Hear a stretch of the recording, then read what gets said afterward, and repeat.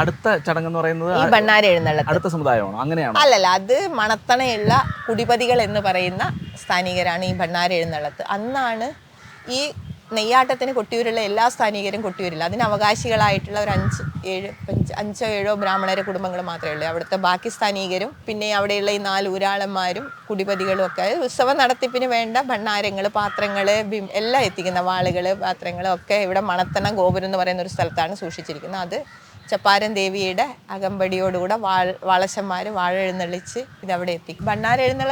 ഭണ്ണാര എഴുന്നള്ളത്ത് ഈ ചപ്പാരം വാളശന്മാരുണ്ടാവും, പിന്നെ ജന്മസമുദായം ഉണ്ടാവും, പിന്നെ കുടിപതികൾ സ്ഥാനികരാണ് ഭണ്ണാര എഴുന്നള്ളിക്കുന്നത്.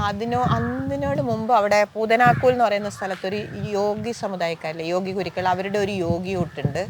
അങ്ങനെ കൊട്ടിയൂർ ഈ ഭണ്ണാരം പുറപ്പെടുന്നതിന് മുമ്പ് മണത്തണ ദേവിയുടെ സമ്മതം കിട്ടിയാൽ മാത്രമേ ഈ ഭണ്ണാര തുറക്കുള്ളൂ. അങ്ങനെ പുറത്ത് ഒരുപാട് ചടങ്ങുകളെ കൊട്ടിയൂർ ഉത്സവത്തോടിന്റെ അനുബന്ധമായിട്ട് ആ പ്രദേശത്ത് നടക്കുന്നുണ്ട്.